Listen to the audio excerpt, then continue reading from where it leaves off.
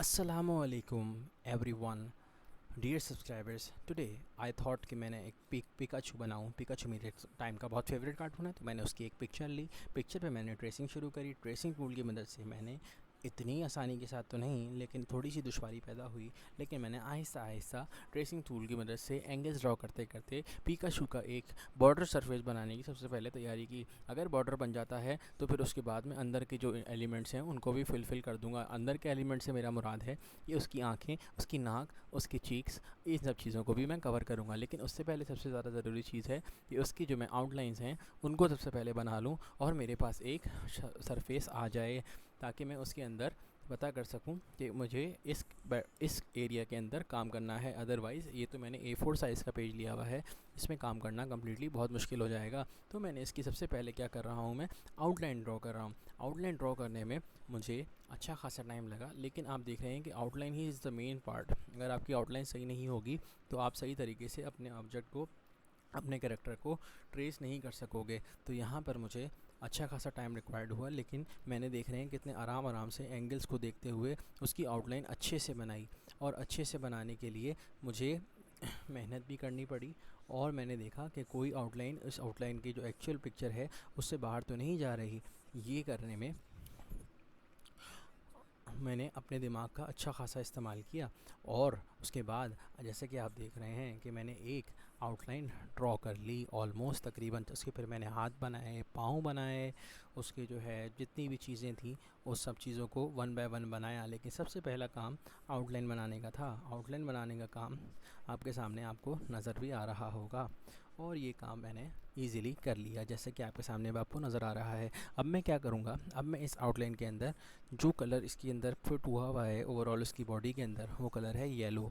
Yellow colour मुझे इसके अंदर प्लेस करना पड़ेगा। तो मैंने क्या लिया, मैंने लिया आई ड्रॉपर। आई ड्रॉपर की मदद से जो मेरी पिक्चर पे इमेज था, जो कलर था, वो मैंने इस पर कॉपी कर लिया। अब आप देख सकते हैं मेरे पास उसका आउटलाइन कम्प्लीटली आ गया है। अब मुझे ये पता लग गया है कि मुझे इस एरिया, पर्टिकुलर एरिया में रहते हुए काम करना है।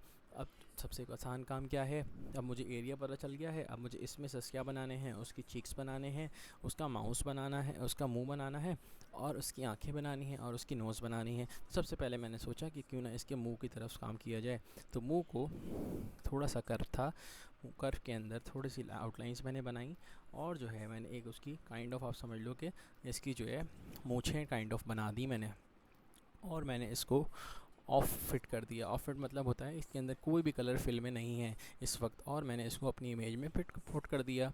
अच्छा, अब ये मेरे पास, मैंने देखा कि ये एग्जैक्टली किस जगह पे आ रहा है, और उस जगह पे मैंने इसको प्लेस कर दिया। देन आफ्टरवर्ड्स मुझे क्या बनाना था, अब उसके नीचे उसकी ज़बान, जो कि मुंह खुला हुआ है, मुझे वो दिखाना था, उसका पूरा माउथ स्पेस दिखाना था। तो मैंने क्या करा, मैंने दोबारा पेन टूल की मदद से उसकी आउटलाइंस बनाने की कोशिश करी।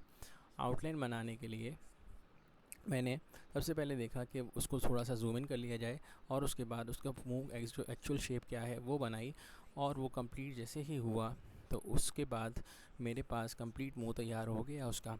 अच्छा, तो फिर उसके अंदर कलर पुट करने की बारी आई।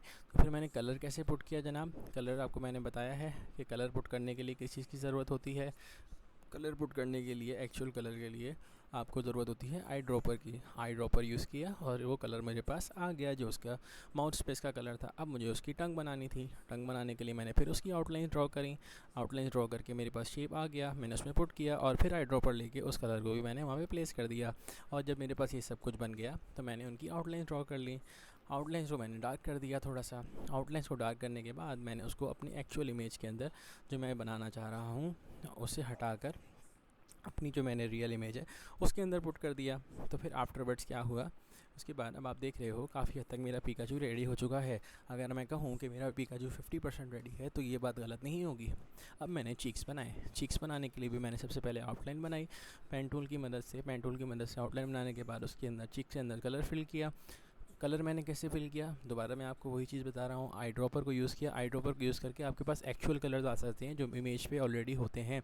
उसके बाद मैंने इसको रिफ्लेक्ट किया, क्योंकि रिफ्लेक्ट इसलिए ज़रूरी था क्योंकि एक साइड चीक की लेफ़्ट हैंड साइड पे थी और एक राइट हैंड साइड पे थी, तो हमने दोनों साइड को बनाने के लिए उसको रिफ्लेक्ट किया। रिफ्लेक्ट करके उस पर मैंने ब्लैक आउटलाइन प्लेस कर दी। ब्लैक आउटलाइन प्लेस करने के बाद मैंने सोचा, मैंने कहा इसकी अब आंखें बनानी चाहिए। आंखों बनाने के लिए मुझे ज़रूरत थी सर्किल की। सर्किल मैंने लिया, सर्किल को मैंने उसकी आई पे प्लेस किया और जहाँ तक मुझे ज़रूरत पड़ी मैंने उसकी आई साइड को ड्रॉ किया और उसको फिर ट्रांसफॉर्म करके रोटेट कर दिया 90 डिग्रीज़ पे। 90 डिग्रीज़ पे रोटेट किया, तब भी वो सही नहीं आ पा रहा था, तो मैंने उसको थोड़ा सा अपने हिसाब से एडजस्ट कर लिया। अच्छा जी, एडजस्ट जब हो गया तो मैंने उसके अंदर उसका आई ड्रॉपर से कलर प्लेस कर दिया। जैसे कि आपको नज़र आ रहा है ये ब्लैक कलर की आइज़ हैं, तो ब्लैक कलर कि मैंने आइज़ यहाँ पे प्लेस कर दी। अब उसके अंदर हल्का सा वाइट शेड आ रहा है, वाइट शेड का वो उसके अंदर ऑपोज बन रहा है, तो मैंने उसको वाइट शेड बनाने के लिए सबसे पहले तो उसकी शेप की आउटलाइन बनाई। उसके बाद मैंने फिर आउटलाइन, जब मुझे लगा कि मेरी आउटलाइन सही तरीके से बन चुकी है, तो मैंने उसके अंदर वाइट कलर आई ड्रॉपर के ज़रिए से प्लेस कर दिया, जैसे कि आपको ये नज़र आ ही रहा होगा। फिर मैंने इसको आउटलाइन प्लेस कर दी। अब आउटलाइन प्लेस करने के बाद मैंने उसको रिफ़्लेक्ट कर दिया। रिफ़्लेक्ट करने के बाद मैंने इसको यहाँ पर प्लेस कर दिया। अब जैसे कि आपको नज़र आ रहा है कि मेरी आइज़ जो है वो रेडी हो चुकी हैं ऑलमोस्ट, तो मैंने इनको यहाँ पर थोड़ा बहुत एडजस्ट किया और उनको, इन दोनों आइज़ को मैंने एडजस्ट करने के बाद वहाँ पर प्लेस कर दिया अपने रियल ऑब्जेक्ट के अंदर। आप ये काम ग्रुप करके भी कर सकते हैं, लेकिन मैंने ये काम ग्रुप करके नहीं किया, मैंने इंडिविजुअली किया, क्योंकि मेरे पास टाइम की कमी नहीं थी। क्योंकि मुझे कोई टास्क तो था नहीं कि मैंने 5 मिनट में पोकेमॉन बनाना है, ऐसा तो कुछ था नहीं, तो मुझे पास टाइम भी बहुत था, तो मैंने ईजिली इसको बना लिया। आप चाहो तो ग्रुप करके करोगे तो आपका थोड़ा सा टाइम सेव हो जाएगा। अब मैंने इसकी टेल बनाने की कोशिश करी। टेल बनाने के लिए मैंने देखा कि इसकी टेल आ कहाँ तक रही है। सबसे पहले तो उसकी आउटलाइन ड्रॉ करी। आउटलाइन आप देख रहे हो कैसे जिग जैग, और इसमें मुझे जूम इन बहुत ज़रूरी है, क्योंकि अगर आप जूम इन नहीं करोगे तो आपको पता नहीं चलेगा कि एक्चुअल इमेज कहाँ है। आप, क्योंकि बाज़ों का हमें लग रहा होता है कि बज़ाहिर शेप टॉप व्यू है या कुछ भी व्यू है, आप जूम इन करके प्रॉपर्ली आप देखोगे तो पता चलेगा कि आपको कि एक्चुअल इमेज किस तरह से बन रहा है। तो जैसा कि आपको नज़र आ रहा है कि मेरी टेल, मुझे ऐसा लगा कि बन गई है, लेकिन नहीं, इसके अंदर मैं फिल तब तक नहीं कर सकता जब तक ये क्लोज ऑब्जेक्ट ना हो, जब तक ये लाइंस आपस में ज्वाइन ना हो। तो ज्वाइन मैंने किया इन लाइंस को ज्वाइन करने के लिए। फिर मैंने इसको सही तरीके से ज्वाइन किया और यहाँ पर इनको प्लेस किया, और यहाँ पर अब मैंने जो है टेल मेरी बन गई। टेल मैंने बन गई, तो जब मैंने टेल बना ली तो उसके बाद मैंने आई ड्रॉपर के ज़रिए यहाँ पर इसके अंदर एक्चुअल कलर जो इसका आ रहा था वो मैंने यहाँ पर प्लेस कर दिया। तो जैसा कि आपको नज़र आ ही रहा होगा कि मेरे इस एडोब के जो इलस्ट्रेटर है इसके अंदर जो है ये कम्प्लीटली बन गया है। आप थोड़ा सी इसमें अमेंडमेंट्स आप भी कर सकते हो। अब ये आपके पास शेप आ चुका है, अब आप इसके साथ जो बनाना चाहो, ज़रूर नहीं है आप ये कलर्स रखो, आप इसके अंदर ब्लैक कलर रखो, वाइट कलर रखो, जो आपको कॉम्बिनेशन बेहतर लगता है आप इस पिकाचू के अंदर अपने इस कैरेक्टर के अंदर चेंजिंग कर सकते हो। अब जब मैंने ये पूरा बना लिया तो मैंने सोचा यार इसमें कोई ना कोई चीज़ की तो कमी नज़र आ रही है। तो 2 चीज़ों की मुझे कमी नज़र आई, एक तो उसकी नोज़ की और दूसरी इसके जो ईयर्स हैं, ईयर्स के ऊपर 2 ब्लैक कलर के शेड्स आ रहे थे, तो वो तो मैंने गौर किया ही नहीं। तो जब आप इमेज बनाते जाते हो तो आपको पता चलता जाता है कि इसमें अब मैंने क्या पार्ट पुट करना है। तो अब मैंने देखा कि सबसे पहले इसकी नोज़ बना ली जाए। नोज़ बहुत छोटी सी है, नोज़ ईज़िली बन भी जाएगी, ज़्यादा टाइम भी नहीं लगेगा। और नोज़ बनाना इतना आसान नहीं है, क्योंकि जूम इन करके आपको पता चलेगा कि एक्चुअल इमेज क्या है। ऊपर से आप बनाओगे तो आपकी इमेज सही नहीं बनेगी। जैसे ही मेरी नोज़ बनी, मेरी नोज़ नहीं मतलब पिकाचू की नोज़, पिकाचू की नोज़ जैसे ही बनी मैंने उसको वहाँ पे प्लेस कर दिया। मुझे लगा ऐसे कि एक भाग ना जाए, तो भागने की मदद से उसके बाद मैंने उसको प्लेस कर दिया। उसके बाद मैंने जब ईयर्स देखे, ईयर्स जो है उसके कानों को मैंने देखा कि उसके अंदर कुछ ब्लैक कलर का शेड आ रहा है। तो ब्लैक कलर का शेड करने के लिए मैंने दोबारा पेन टूल लिया। पेन टूल लेके मैंने उसके कर्व्स बनाए और उसके अंदर फिर आई ड्रॉपर की मदद से उसको ब्लैक कलर कर दिया। आप आई ड्रॉपर से भी कर सकते हो, या फिर आप डायरेक्टली ब्लैक कलर करना चाहो तो वो कलर भी कर सकते हो। फिर मैंने इसकी कॉपी ली।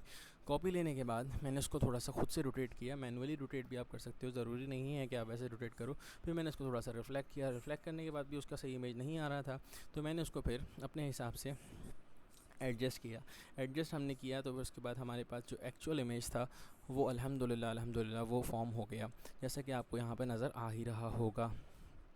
अच्छा जी, ये आपने जब कर लिया, जब ये बन गए आपके पास ईयर्स, तो मैंने फिर इन ईयर्स को कहा कि भाई ये ईयर्स भी मैं वहाँ पे प्लेस कर देता हूँ, फिर देखता हूँ मेरा एक्चुअल इमेज बन पा रहा है या नहीं बन पा रहा। मेरा पिकाचू अब ऑलमोस्ट रेडी हो चुका है, जैसा कि आपके सामने नज़र आ ही रहा है। अब ये सब, लेकिन ये जब जितने भी एलिमेंट्स मैंने इसमें पुट करे हैं, इसके हाथ, इसके चीक्स, इसके हैंड्स, जो भी चीज़ें हैं वो सब जो है अनग्रुप हुई हुई, मतलब वो सब एक अलग अलग इंडिविजुअल पार्ट रखती हैं। तो मैंने इसको सबको क्या किया, मैंने इन सब को सेलेक्ट करके इन सबको सेलेक्ट किया और मैंने सोचा कि मैं इनको जो है वो सबको सेलेक्ट करके एक साथ इनको जो है ग्रुप कर देता हूँ, ताकि ग्रुप कर दूँगा तो मैं इसमें जो मर्ज़ी चाहूँ, जो भी एलिमेंट्स करना चाहूँ, उसको मैं एक जगह से दूसरी जगह इजीली प्लेस कर सकता हूँ। अब ये देखें, मैंने इसका एक और पिकाचू बना लिया। मैंने कहा अब इसको मैं अपने हिसाब से मॉडिफाई करूँगा, मुझे ये कलर्स नहीं चाहिए, मुझे कुछ और कलर्स चाहिए, तो मैं वो पुट करके देखता हूँ। जैसे कि मैंने यहाँ पे ब्लू कलर प्लेस किया, तो मुझे ब्लू कलर को जितना ज़्यादा ख़ास नहीं लगा, तो मैंने ब्लू कलर को जो है फिर वो रिप्लेस कर दिया। अगर आपको ये कलर पसंद है तो आप ये कलर भी रख सकते हो, तो अपने हिसाब से आप अपने करेक्टर को डिज़ाइन कर सकते हो जैसे आप चाहो, इट्स अप टू यू। तो मैंने अब ये कुछ शेडिंग करी। अब मैंने सोचा कि मैं इसके अंदर कुछ ग्रेडियंट काइंड ऑफ चीज़ कुछ कर सकता हूँ क्या। तो मैंने जब ग्रेडियंट काइंड ऑफ चीज़ मैंने सोची, मैंने कहा कुछ ग्रेडियंट इसमें कलर्स पुट करूँ ताकि जो शेड्स कलर आएँ, ताकि मेरा जो पिकाचू है वो एक मुख्तलिफ पिकाचू लगे एक नॉर्मल पिकाचू से। तो मैंने उसके अंदर ग्रेडियंट की मदद से black and grey colour put कर दिया, जैसे कि आपके सामने नज़र आ ही रहा होगा। तो अब ये मेरा पिकाचू एक मॉडिफाइड पिकाचू में कन्वर्ट हो चुका है, जैसे कि आपके सामने नज़र आ रहा है। और अब मैं इसके अंदर जितनी मर्ज़ी चाहूँ अमेंडमेंट्स कर सकता हूँ। अब मैं इसको थोड़ा सा रिसाइज़ करूँगा, थोड़ा सा ग्रुप करूँगा और फिर मैं इसको यहाँ पे प्लेस कर दूँगा, जैसे कि आपके सामने ये भी नज़र आ ही रहा होगा।